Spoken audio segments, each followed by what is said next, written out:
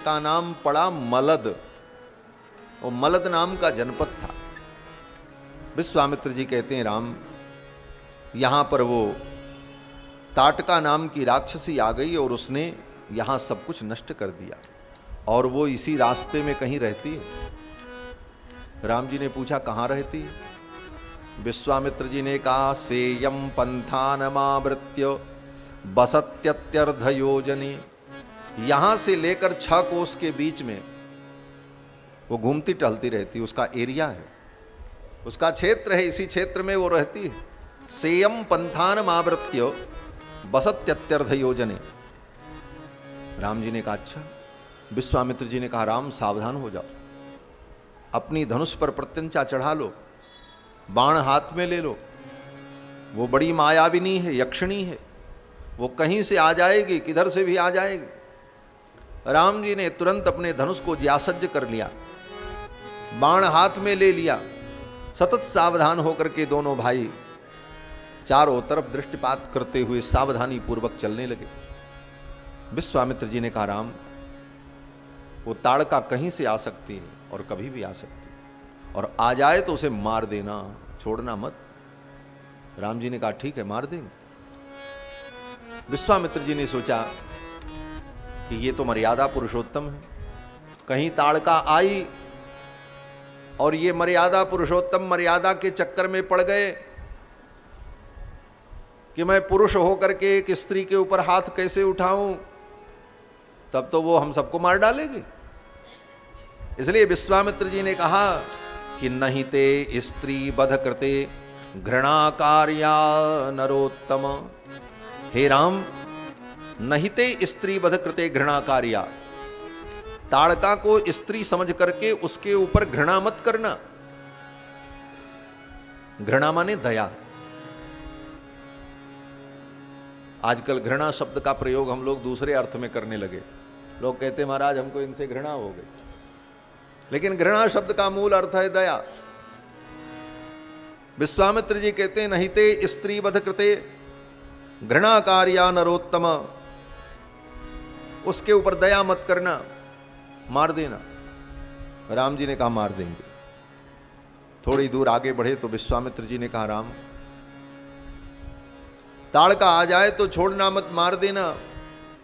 भगवान विष्णु ने भी भृगु की पत्नी को, शुक्राचार्य की मां को मारा था। क्यों? बोले, अनिंद्रम लोकमिच्छन्ति काव्य माता निषूदिता। काव्य माता शुक्राचार्य जी महाराज की मां। शुक्राचार्य जी महान कवि हैं।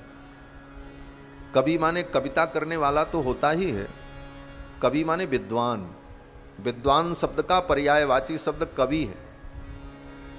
इसलिए जो कविता करे, काव्य की रचना करे, उसी को कवि नहीं कहते, कवि किसी भी विद्वान को कहा जाता है। इसीलिए गीता में भगवान कहते हैं, कवि नाम उशना कवि। कवियों में उशना कवि माने शुक्राचार्य। तो विश्वामित्र जी कहते हैं कि अनिंद्रम लोकमिच्छन्ति काव्य माता निषूदिता। विष्णुना च पुरा राम भृगुपत्नी पतिव्रता। भगवान विष्णु ने भृगु महर्षि की पत्नी को, जो पतिव्रता थी, उनको मारा, क्योंकि वो सारी दुनिया को समाप्त कर देना चाहती थी। तो जो स्त्री सारे दुनिया के लिए काल बन जाए, ऐसी स्त्री को मार देने में कोई पाप नहीं। और प्रकारांतर से विश्वामित्र जी ये भी कहना चाहते हैं कि ये काम आपके लिए कोई नया काम नहीं है, आप तो विष्णु के अवतार हो, ये काम तो आप पहले भी कर चुके हो। विष्णु भगवान के अवतार है राम जी। तो मानो संकेत करना चाहते हैं। विश्वामित्र जी कहते हैं, प्रभु, ये काम आपने पहले किया है, कोई नया काम नहीं है, आज भी ऐसी ही परिस्थिति। इसलिए अनिंद्रम लोकमिच्छन्ति काव्य माता निषोदिता। भगवान विष्णु ने काव्य माता को मारा, तो ये ताड़का आ जाए तो मार देना। एक बार दैत्यों के ऊपर देवताओं ने आक्रमण कर दिया। दैत्यों का देवताओं से सदा विरोध, असुरों का सदा विरोध रहता है, इसीलिए वो असुर हैं, सुर विरोधी होने के कारण। और लड़ाई किस बात की? बोले लड़ाई केवल सत्ता की लड़ाई है और कोई लड़ाई नहीं। राक्षस असुर ये देवताओं के ही समकक्ष होते हैं, ये भी एक प्रकार के देवता हैं, इनको उपदेवता कहा जाता है।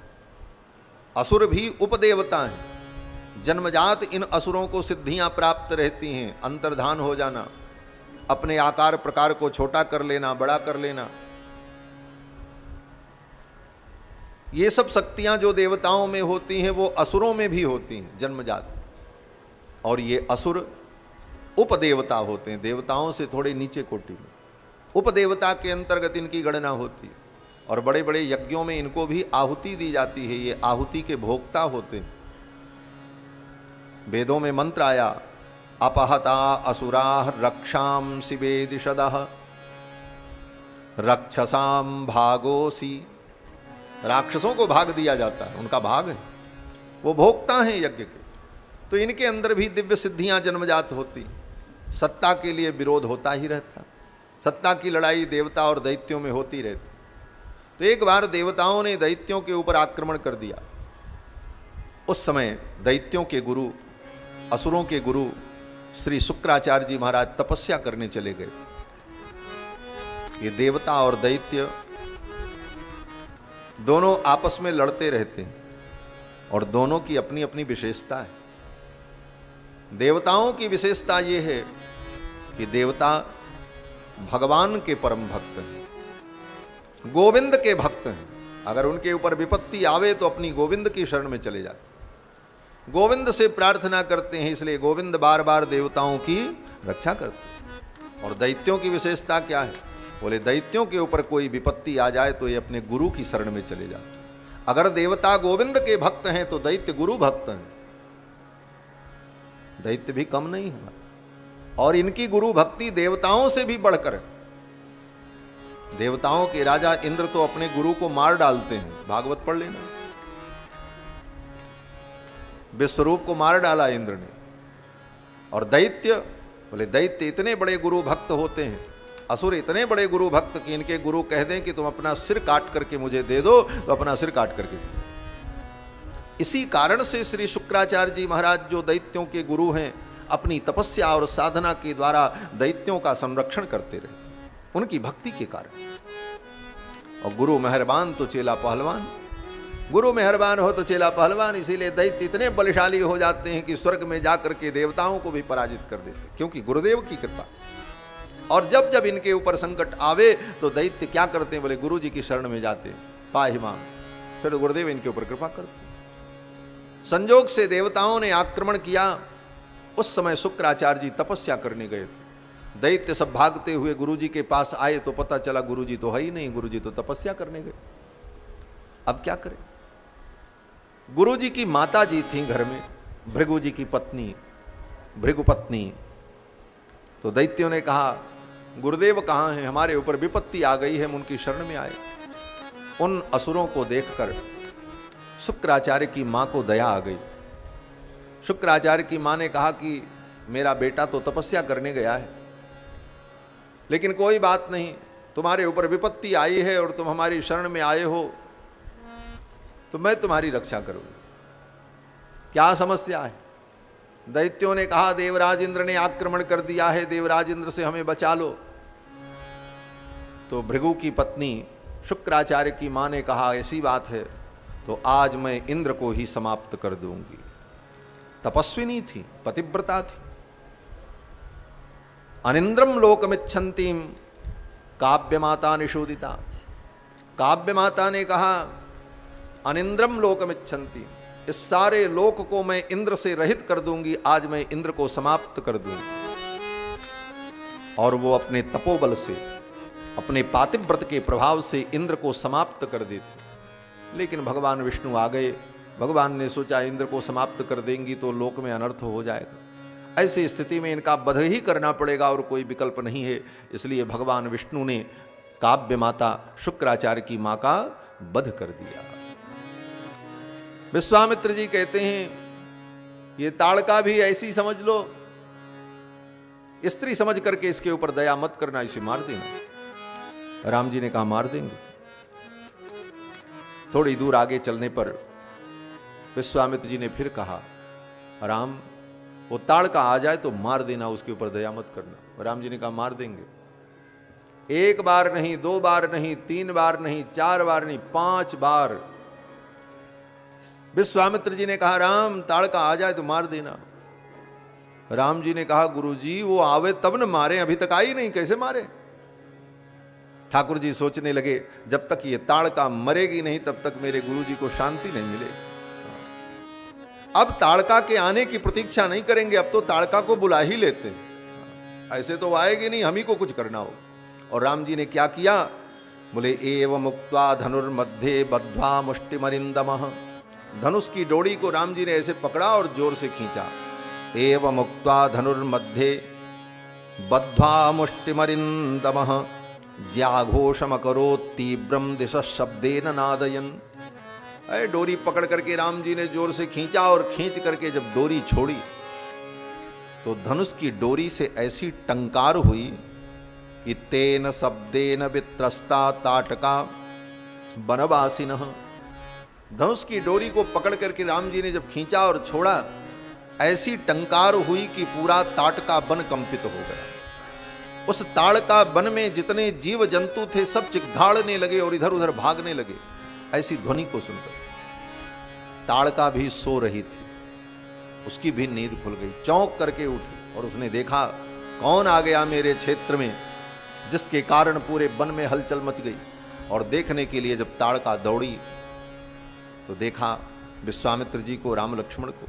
अब तो महाराज ताड़का ने विशाल रूप धारण कर लिया और वो ताड़का राक्षसी भगवान श्री राम कुमार लक्ष्मण और विश्वामित्र की ओर दौड़ पड़ी उनका भक्षण करने के लिए। ताड़का उधर से आ रही थी, लक्ष्मण जी ने देखा तो लक्ष्मण जी ने विचार किया इसका नाक कान काट लें। नाक कान काटने में लक्ष्मण जी बड़े प्रवीण हैं महाराज, कोई राक्षसी आवे तो नाक कान काट लेते हैं। ताड़का का भी नाक कान लक्ष्मण जी ने काटा। लक्ष्मण जी कहते हैं विनवृत्ताम करोम्यद्य हृतकर्णाग्रनासिकाम, इसके नाक कान को मैं काट लेता हूं। तब तक वो ताड़का महाराज गर्जना करती हुई आ गई। जब आई तो ताड़का के भयानक रूप को देखकर और भगवान के सुंदर मनोहर बाल रूप को देखकर कुछ क्षण के लिए विश्वामित्र जी को भगवान के ऐश्वर्य और पराक्रम की विस्मृति हो गई। विश्वामित्र जी जानते हैं कि ये भगवान है, सर्वसमर्थ है,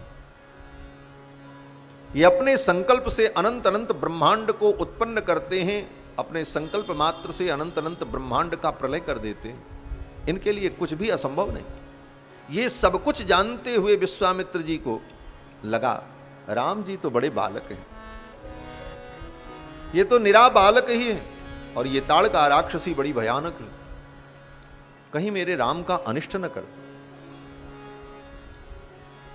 ऐश्वर्य की विस्मृति हो गई और माधुर्य का भाव जागृत हुआ और विश्वामित्र जी सोचने लगे राम तो बालक है, ये ताड़का राक्षसी तो बड़ी भयानक है और ये दौड़ती हुई इधर ही आ रही। विश्वामित्र जी ने जब ऐसा सोचा तो राम जी ने भी सोचा चलो हम भी थोड़ी बाल लीला कर लें। जब ये मेरी बाल लीला ही देखना चाहते, मुझको बालक ही समझते हैं तो बाल लीला ही करें। ताड़का उधर से जब गर्जना करती हुई आई तो राम जी ने ताड़का को देखा, लक्ष्मण जी ने देखा, दोनों भाई क्या किए, बोले डर करके गुरुजी के पीठ में आकर के चिपक गए, गुरुजी बचाओ, गुरुजी बचाओ, जैसे बच्चे होते। हमारे पूज्य स्वामी जी महाराज कहते थे उधर से ताड़का आई तो राम जी ने बाल लीला करते हुए फट से विश्वामित्र जी की धोती को पकड़ा, उसी में छिपने लगे। अरे गुरुजी ये तो बड़ी भयानक राक्षसी है। तो विश्वामित्र जी ने देखा रे मेरे राम डर गए। तुरंत विश्वामित्र जी ने अपना हाथ उठाया और कहा तिष्ठ तिष्ठ, डांटा उस ताड़का को, ताड़का वहीं रुक गई। विश्वामित्रस्तु ब्रह्मर्षिर हुंकारेणाभिभत्स्यताम स्वस्ति राघवयोरस्तु जयम चैवाभ्यभाषत। अपने हुंकार के द्वारा ताड़का को स्तब्ध कर दिया विश्वामित्र जी। ताड़का वहीं पर रुक गई, एक कदम आगे नहीं बढ़ सकी। और विश्वामित्र जी ने राम और लक्ष्मण को हृदय से लगाया और दोनों के मस्तक पर हाथ फेरा और विश्वामित्र जी ने कहा कि स्वस्ति राघवयोरस्तु, हे राघव, हे राम, हे लक्ष्मण, स्वस्ति, तुम्हारा मंगल हो, तुम्हारा कल्याण हो, जयम चैवाभ्यभाषत, तुम्हारी विजय हो, तुम्हारी जय हो, ऐसा कह करके विश्वामित्र जी ने राम लक्ष्मण को आशीर्वाद दिया, सिर पर हाथ रखा। जब आशीर्वाद दे दिया, सिर पर हाथ रखा, तब राम जी ने कहा अब ताड़का को मार देंगे। बोले क्यों? बोले अब गुरु जी का आशीर्वाद मिल गया। ऐसे ही हम ताड़का को मार देते तो कहीं मेरे मन में अभिमान आ जाता, मैंने ताड़का को मारा, लेकिन अब हम ताड़का का वध करेंगे तो हमें अभिमान नहीं होगा। क्यों? बोले गुरु की कृपा से हमारे अंदर ये सामर्थ्य आया कि मैंने ताड़का का वध कर दिया। ये ताड़का क्या है? बोले ताड़का अविद्या है। श्री वल्लभाचार्य जी महाराज ने अपनी सुबोधिनी टीका में ताड़का को अविद्या का स्वरूप कहा, और केवल ताड़का को ही नहीं, पूतना को भी। भागवत की टीका में श्री वल्लभाचार्य जी महाराज जब पूतना के प्रसंग की चर्चा करते हैं तो पूतना को और श्री रामावतार में ताड़का को, इन दोनों को अविद्या का स्वरूप कहा है। पूतना भी अविद्या का स्वरूप है और ताड़का भी अविद्या का स्वरूप है, और दोनों के नाम भी 3 अक्षर के हैं। पूतना, ताड़का, मात्रा अक्षर सब बराबर है, लंबाई चौड़ाई भी बराबर है महाराज। हाँ, वो पूतना भी 6 कोस लंबी चौड़ी थी। भागवत में पढ़ लेना, त्रिगव्योत्यंतर द्रुमान चूर्णयामास राजेंद्र। भगवान श्री कृष्ण ने जब पूतना को मारा तो पूतना जब आकाश से नीचे गिरी, लेकर के भगवान को जा रही थी मथुरा की ओर, उसके संपूर्ण प्राण को भगवान ने जब खींच लिया, पूतना निष्प्राण होकर के नीचे गिरी तो 6 कोस के अंदर जितना बगीचा था, पेड़ थे, सब ध्वस्त हो गए। 6 कोस लंबी चौड़ी थी। त्रिगव्योत्यंतर द्रुमान चूर्णयामास राजेंद्र।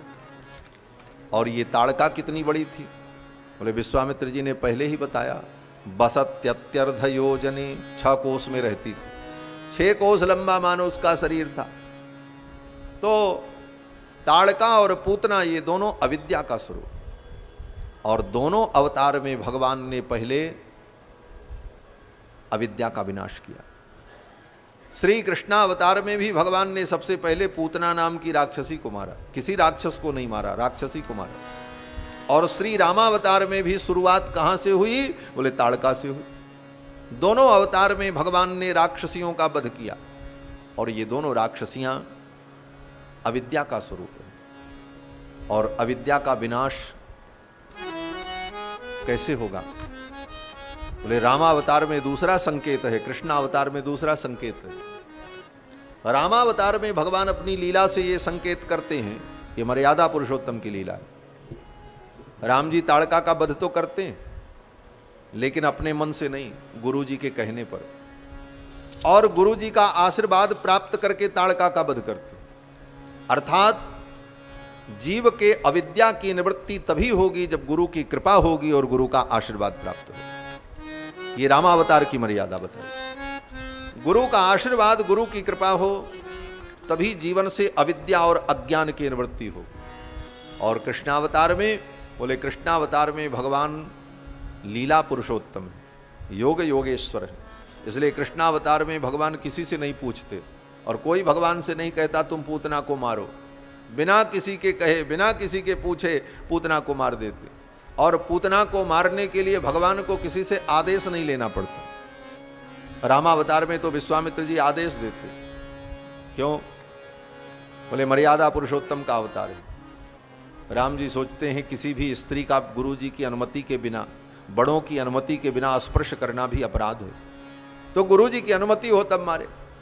और कृष्ण भगवान ने सोचा हम तो लीला पुरुषोत्तम है, इस अवतार में तो पता नहीं कितनी स्त्रियों का स्पर्श मुझे करना पड़ेगा कृष्ण लीला में, तो कहां कहां हम गुरु जी से पूछते रहेंगे, इसलिए किसी से पूछने की जरूरत नहीं। कृष्ण भगवान ने नहीं पूछा किसी से, और पूतना का वध कर दिया।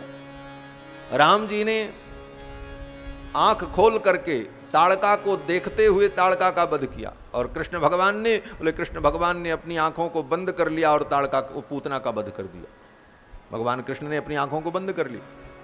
जब पूतना आई तो भगवान ने अपनी आंखों को बंद कर लिया। विबुध्यताम बालकमारिका ग्रहम चराचरात्मा सनिमीलिते क्षण।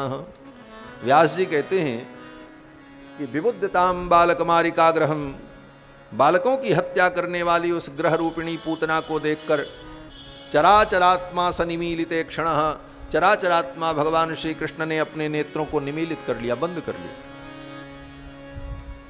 क्यों? बोले भगवान श्री कृष्ण योग योगेश्वर है। कर्मयोगी और ज्ञान योगी में अंतर होता है। कर्मयोगी आंख खोल करके काम करता है। क्यों? बोले उसे कर्म करना है। कर्म करने के लिए इंद्रिय और शरीर की आवश्यकता है, और इंद्रियों के माध्यम से विचार करके ही कोई कार्य संपन्न होगा। इसलिए रामावतार में भगवान आंख खोल करके ताड़का को देखते हैं। गुरु जी जब कहते हैं तब उनकी बात को मान करके ताड़का का वध करते हैं। और भगवान श्री कृष्ण योगी हैं। योगी तो अपनी आंखों को बंद करके ही सारा काम संपन्न कर देता है, अपने योग बल के द्वारा वो सारे कार्यों को कर लेता है। इसलिए भगवान श्री कृष्ण तो आंखों को बंद करके ही पूतना का वध कर देते, क्योंकि भगवान कृष्ण तो योग योगेश्वर है। यत्र योगेश्वरः कृष्णो यत्र पार्थो धनुर्धरः। भगवान श्री राम ने ताड़का को देखा। विश्वामित्र जी ने आशीर्वाद दिया, स्वस्ति राघवयोरस्तु जयम चैवाभ्यभाषत। विश्वामित्र ने कहा, राम तुम्हारी जय हो, स्वस्ति कल्याण हो। बस राम जी ने धनुष पर बाण चढ़ाया। लक्ष्मण जी ने सोचा मैं भी अपना काम कर लूं। सौमित्रिमकरोत् क्रोधात् हृतकर्णाग्रनासिकाम। सुमित्रानंदन लक्ष्मण ने ताड़का के नाक कान को काट लिया। जब उसका नाक कान कट गया तो ताड़का विकराल रूप धारण करके गर्जना करती हुई दौड़ी। तब तक भगवान श्री राम ने